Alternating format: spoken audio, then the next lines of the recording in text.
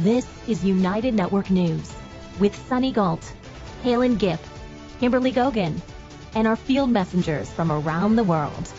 Here's today's real news. Chinese investments in a village near Douala, Cameroon, are causing problems due to increasing land grabs and corruption. Local communities are losing their ancestral lands to these deals. UNN Field Messenger Mohamed Nougoubon highlights the impact of these investment practices. My name is Mohamed Nougoubon, Field Messenger for United Network News in Cameroon, Africa. And today, I'd like to talk about Chinese investments inside the climate of corruption. This is in a small village called Misolewan and Kendek in Cameroon, Africa. Here, we've got an aluminum factory which has grown into a steel mill. It's called Falukam, and it is still in Misolewan. You can see the factory over there, stretching all the way about, say, 1 kilometer. And on the other side of the road, you've got a newly created petrol station, as usual. There are more than 5 of them in this small village. This one was newly constructed about a year ago, and you can see lorries are all parked there.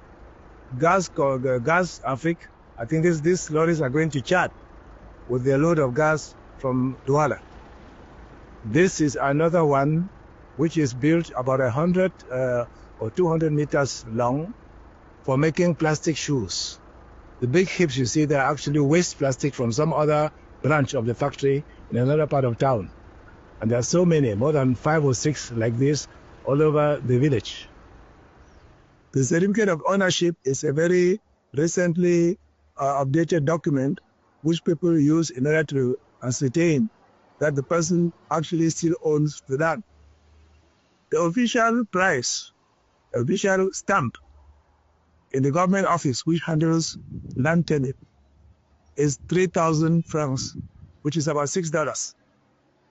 But if we pay only the official amount, then you might as well get your land and a certificate of ownership in about 10 years' time. So people accept the tax which they've imposed, and they pay $60 in order to have the certificate of ownership. And one parliamentarian did an investigation and realized in the city of Douala alone, 2,000 the land tenure documents, certificate of ownership, are signed every day.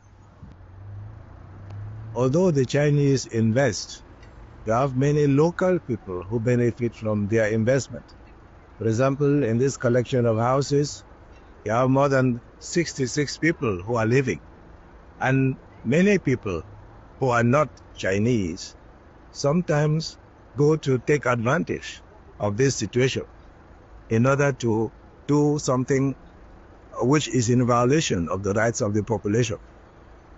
For example, in this particular case, one lady went to Yaoundé, got a letter from the minister giving her the rent of these premises where more than 66 people are living, all working for Chinese people.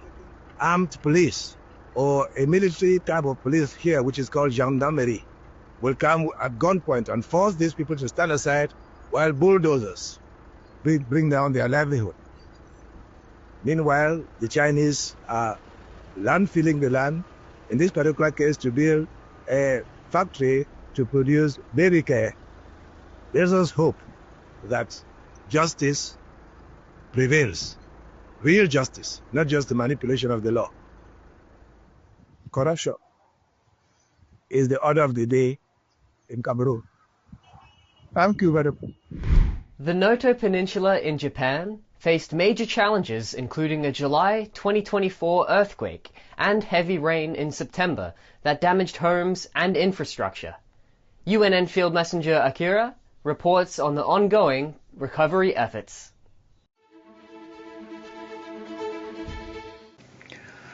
Hello, this is Field Messenger Akira reporting for UNN from Noto Peninsula in Ishikawa Prefecture, northern side of Japan mainland. Noto Peninsula earthquake occurred in the 1st of July 2024, the day which DS made multiple attacks. The center of the earthquake was located at Wajima City, Peninsula's northern part.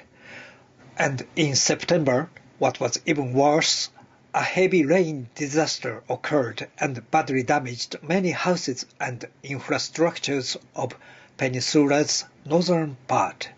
The damage was huge and the reconstruction is slow. The treatments of the Japanese government and the local authorities for the disaster's victims are fair, often on the surface, but actually they are even cruel.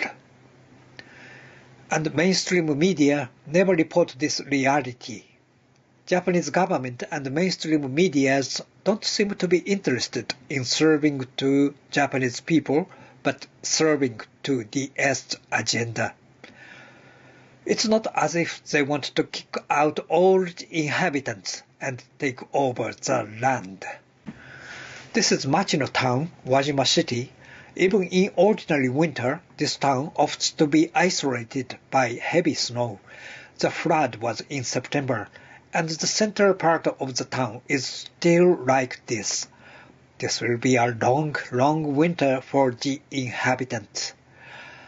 I know there are many other people who need help except the people of Noto Peninsula, but at least let me ask you to pray for them. And send message to Japanese government if possible and say, do you think you are treating the people of Noto Peninsula lightly? Don't you care about Japanese? Are you really a Japanese? This is Field Messenger Akira reporting from Noto Peninsula, Japan. Did you know hundreds of thousands of marine mammals are accidentally harmed or killed by fishing gear every year? Whales, dolphins, and porpoises are particularly at risk, often becoming entangled in ropes and buoy lines. A promising solution to this issue is ropeless fishing systems, also known as pop-up or on-demand gear, which can make fishing safer for endangered marine life while still supporting sustainable fisheries. This issue is especially urgent for the North Atlantic right whales, a species facing steep decline. The past decade has been tough for these whales and the fishers who share their waters. Data shows with only about 340 right whales left, fewer than 70 of them being breeding females, the population is still shrinking due to getting tangled in fishing gear and being hit by vessels. Since 2017, the National Oceanic and Atmospheric Association, also known as NOAA, their fisheries have documented 97 whales killed, injured, or in poor health. More than 86% of the remaining whales have scars from entanglements, and females often struggle to reproduce after being caught in fishing gear, which makes recovery even harder. Lobster and crab fishing gear in the Northeast United States and Atlantic Canada is the leading cause of North Atlantic right whale entanglements. Pots and traps on the sea floor are connected to surface marker buoys by long vertical lines. These buoys help fishers find their traps, show others where they're fishing, and support fishery management. Entanglement in fishing gear is a dire threat to marine mammals. At least 300,000 whales and dolphins are accidentally caught and killed in fishing gear every year. Sadly, entanglements have become the norm for North American whales. In some populations, almost every whale has been entangled at least once during their lives. Entanglements are driving North Atlantic right whales to extinction. On the west coast, entanglements of humpback whales, blue whales, and gray whales are at an all-time high. So what can we do? Thankfully, entanglement is a conservation problem that we can solve. Pop-up or ropeless fishing gear stores ropes and buoys next to pots and traps on the ocean floor, or replaces them entirely with an inflatable lift bag. To retrieve their pop-up gear, fishers send an acoustic signal, like remotely opening a car door, to release the rope or inflate the bag, allowing them to retrieve their gear within minutes. By storing gear at the ocean floor, the risk of entanglement is virtually eliminated. Pop-up gear also benefits fishers by potentially reducing gear loss and enabling fishing in areas that are closed to fishing methods that use a vertical line to protect whales from entanglement. We can make fishing safer for whales. Visit thefutureisropeless.org to learn more. Fishers are also struggling. To protect the whales, authorities have restricted gear and closed fishing areas, leaving many fishers facing significant financial losses. Ropeless fishing systems let fishers work in areas closed to protect whales, while also reducing lost gear from bad weather, boat propellers, or poaching. By storing buoys and lines underwater and marking gear electronically, they cut down on marine debris, helping both fisheries and the ecosystem. However, ropeless fishing gear hasn't been widely embraced by the fishing community. When tested in sea bass pot fishing, it proved to be more expensive and slower to use than traditional gear. The systems, which often rely on remote-controlled triggers for floats, are also prone to failure. Different ropeless technologies work better for different fisheries, and every captain has varying preferences and budgets. Virtual gear marking adds another layer of complexity. While Global Positioning System, or GPS, might work in some cases, underwater acoustic modems may be needed in order to prevent gear conflicts. But these tools won't get better sitting in a lab. They'll improve through real-world use and feedback from fishermen. We're going out to trial some on-demand gear for a project that we have, looking for an opportunity for the fishermen to have on-demand gear that will work for them in case of a whale closure, or if the government decides to mandate that everyone has to have like on-demand gear type in order to protect the whales and other marine life. It has been tried in other areas, but we needed to try it here because the Bay of Fundy has the highest tides and strongest currents, so we need to ensure that the gear will work here, and if modifications are required, that there's time for our fishermen to give feedback so the developers can modify the gear so that it will work for them here. There it is. I think it's very important for harvesters to get their hands on this gear and see it working on their vessel that they will be fishing on. If we just came out here and gave them a system that they had never seen before and never used and told them to go fish with it, I think it would be very invaluable. And having us come on here and take a week to show them all the different kinds of systems that we have and how they work, I think provides a really great relationship, and it breaks the barriers between some stigmas that are out there with on-demand gear. And it's one of those things that until you try it, you might be a little reluctant to it and hesitant to use it. While progress has been made in the United States and Canada, there's still work to do. Fishers need more hands-on experience with these systems, and more funding is needed to make the transition affordable. Wider availability will also help lower manufacturing costs, making this tech more accessible for everyone. Federal authorities are committing nearly $10 million to promote the use of ropeless fishing gear. Instead of using the typical traps connected to the surface by ropes, this gear relies on systems like inflatable lift bags that bring traps to the surface without the need for a permanent vertical line in the water. It's not just fishing gear that's threatening these animals. Offshore wind projects are also under careful examination. There are growing concerns about how geophysical surveys could also be affecting marine life. In addition to the gear development, almost $3 million will go toward improving monitoring and prediction efforts for whale movements. While some fishermen are skeptical about using new technology, others have been working alongside the National Oceanic and Atmospheric Administration. NOAA described the right whales approaching extinction and that the stakes couldn't be higher. There's quite a balance between saving the whales, supporting sustainable industries, and transitioning to renewable energy sources. The future of the North Atlantic right whale depends on how we navigate these complex challenges. Ropeless fishing could be a game changer for protecting marine life while supporting fishers. But it's not something that'll happen overnight. It's going to take teamwork. Researchers, fishers, and policymakers all need to come together to create and roll out effective systems. Also, more education and outreach is needed to raise awareness about the benefits of this technology and how it can help both the environment and the fishing industry. Grandparenting is one of life's most rewarding roles, filled with joy, wisdom, and endless love. It's a chance to create cherished memories, share life lessons, and enjoy the laughter of the next generation. For some, grandparenting also means stepping in as full-time parents to young children who might otherwise enter foster care.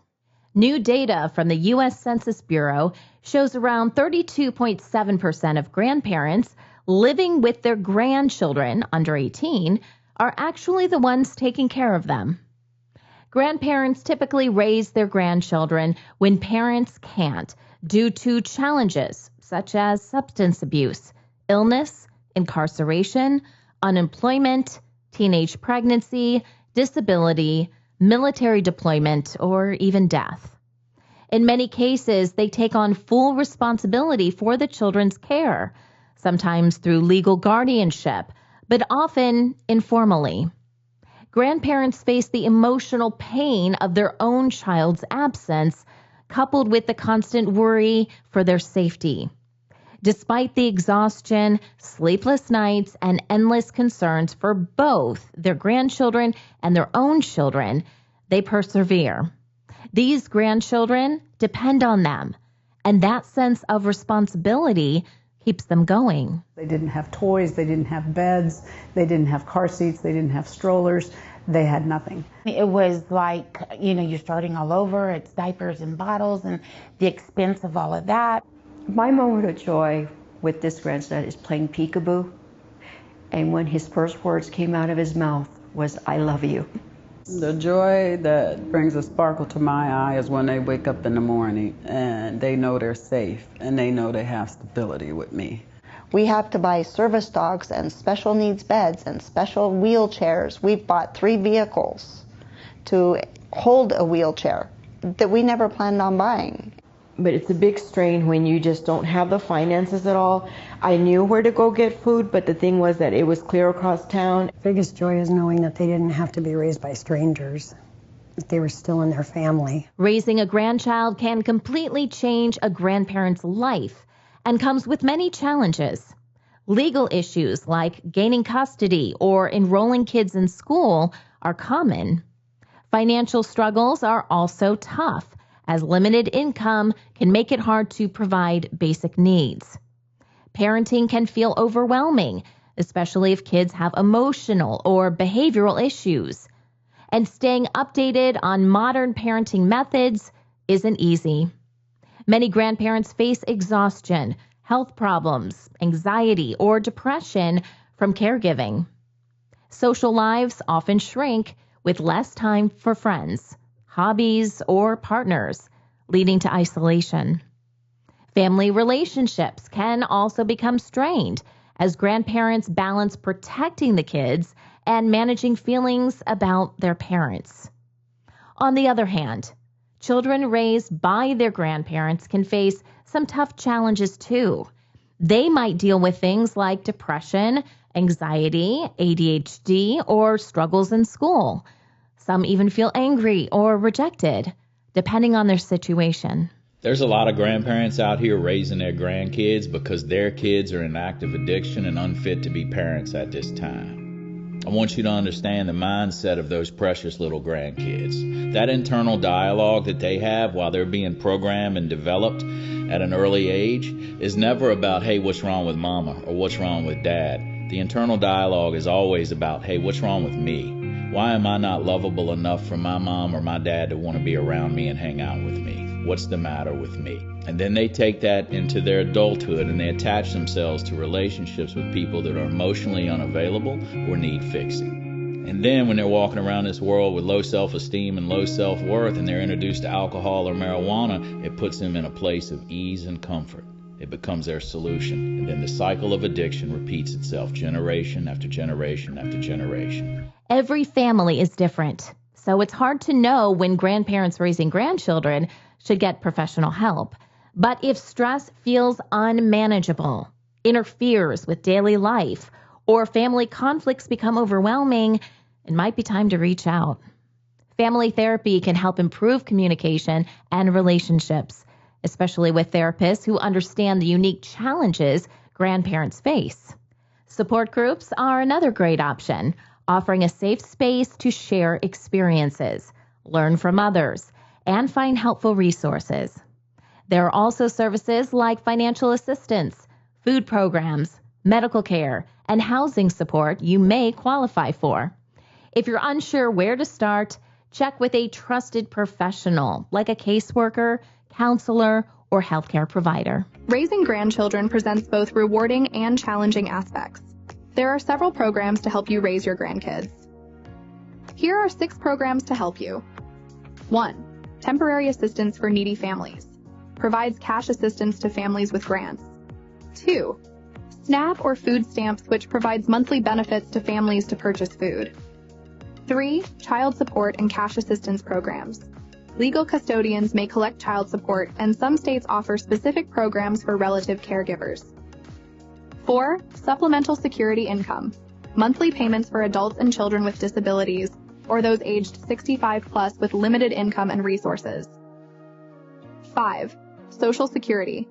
Benefits may be available based on the work record of a deceased or disabled parent or grandparent. 6. Medicaid and medical assistance programs. Offers health insurance and medical care for low-income individuals.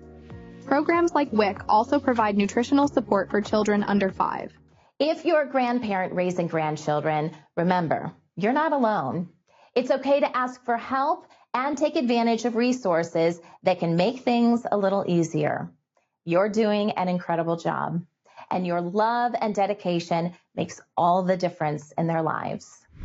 A peaceful protest took place in Fuerteventura, Spain, highlighting growing concerns over rising violence and inadequate security in the area. UNN Field Messenger Emma provides coverage of the event.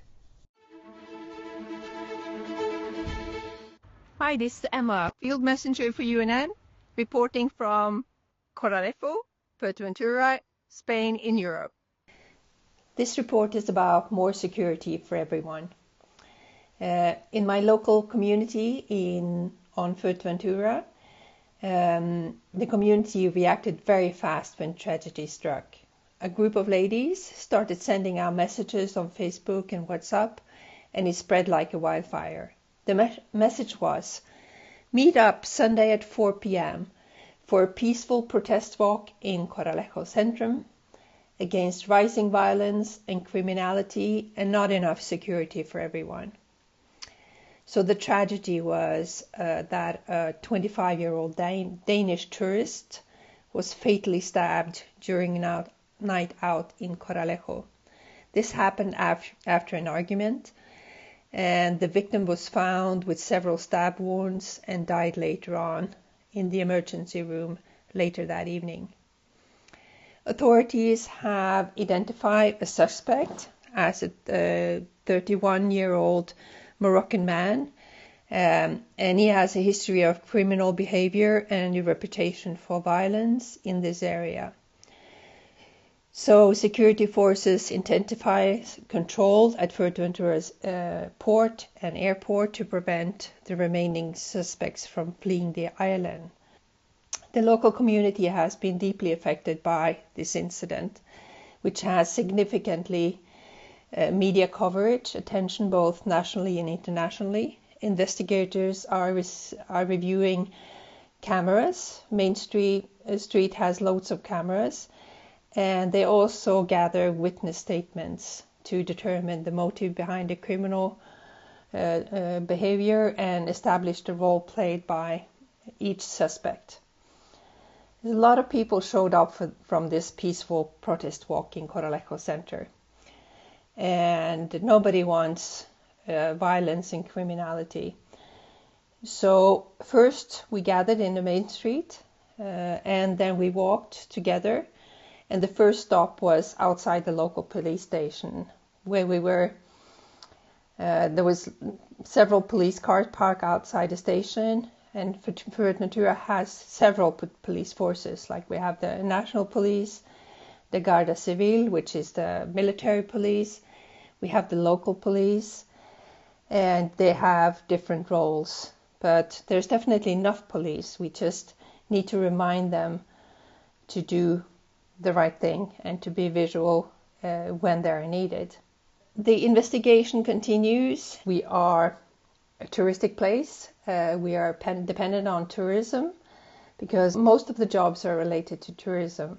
And if the violence stops tourists from coming here, we're doomed. We don't have any income and no jobs. So this is really, really important for us.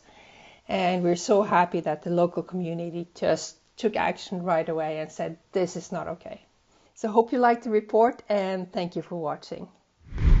In recent years, a subtle yet impactful cultural shift has emerged, particularly amongst women. The archetype of the boss girl, characterized by hustle, ambition, and relentless drive, is slowly being replaced by a more serene, nurturing persona known as the soft girl. What's behind the shift, and why is it such a buzz right now on social media? 15 years ago, the boss girl vibe was everywhere. Picture a woman in a sharp suit, coffee in hand, juggling her business empire or climbing the corporate ladder with ease. She was all about being independent, driven, and totally in charge of her life. This look and mindset took off thanks to social media and the rise of startup culture, where ambition and financial success were seen as the ultimate goals. But being a boss girl wasn't perfect. After a while, all that hustle and constant striving started to take its toll. It became clear that this relentless push for success often led to burnout and set some pretty unrealistic expectations. Being on all the time, it got exhausting, especially when society kept piling on even more pressures for women to juggle. Unlike the boss girl, the soft girl isn't about grinding nonstop. She's more about being kind to herself and knowing when to take a break. Instead of measuring success by how much you get done, she focuses on self-care and setting healthy boundaries.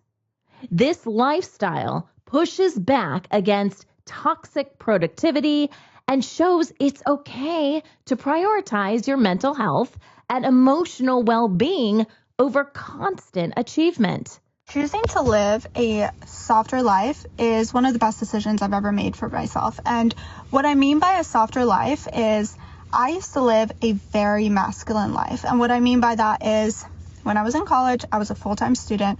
I worked part-time and then I bartended on top of that. So I had 2 jobs in college. So I had 2 jobs. I went to college full-time. Insane. And then after I graduated college, I was so addicted to that adrenaline, to that rush, to the constant go, go, go, go, go, that I went into medical device sales, and I loved med device sales. I did it for 4 years. I was excellent at it, like rookie of the year, hit quota every year, not just hit quota, 120% over quota, 130% over quota, you name it. I did it. I was really, really good at it. But this year, I burnt out. I did. It got to a point where I hated my life. Moving into more of a softer lifestyle where I only work out when my body is telling me to work out. I eat what I want, in moderation, of course. I still eat very, very healthy, but if I really want that cookie, I will have that cookie. It's fine. I'm not going to deprive myself of it. I now get enough rest, and it's actually incredible. And in my relationship with my husband, I'm letting him take on the reins. I am. I'm more feminine. I'm more in my soft era. And it's helping our relationship so much more because he gets to be the man in the relationship. Soft girls come in all sorts of vibes. Some go all in with ultra feminine looks, rocking pastels, floral prints, and oversized sweaters, while others are more work-focused, blending chic blazers and minimalistic jewelry with a confident, career-driven attitude. And then there are those who vibe with a more creative, artsy style, often expressing themselves through DIY projects, bold accessories, or playful patterns. The key to the soft life is all about embracing the present moment, letting go of stress, and prioritizing what truly matters. Loving others and yourself, finding joy in the little things, and nurturing positive energy. While the soft life may have started with women, it's definitely something men can embrace too. It's not about gender. It's about living with intention, focusing on your mental and emotional well-being, and doing what makes you feel good. For guys, that could mean letting go of the whole tough guy persona, being okay with vulnerability, and taking time for self-care and personal growth. Money is so boring. Embracing the soft life means first asking myself, what makes me feel good? Hi, my name's Dar. I am 31 years old. Working a full-time job is soul-sucking. I was let go from my advertising job. I just kind of threw everything on the ground, booked a flight, and then went straight to Mexico. I am making money as a freelancer in the advertising world, but I'm also doing it in ways that I hadn't considered. I think that now what soft life, at least as a term and as an ethos, is doing for people is it's a tender reminder that having boundaries in your work life, in your personal life, that's really healthy. Critics of the soft life argue it could undermine the progress made toward equality and independence, suggesting focusing too much on comfort and nurturing might reinforce outdated gender roles and reduce ambition. They worry it could unintentionally set women back in terms of career success and autonomy, especially in a world where women have fought for greater equality in the workplace and society. There's also concern that if more people, both men and women, embrace a slower, more self-care focused lifestyle, it could reduce productivity and innovation, affecting industries that depend on constant drive and hard work to thrive. But people embracing soft lives say not to worry. Living a soft life is all about finding that perfect balance. It's about taking care of yourself, embracing kindness, and slowing down when needed, but also knowing when to work hard and chase your goals. It's not about avoiding challenges or giving up ambition. It's about making space for self-care, emotional well-being, and meaningful connections without burning out.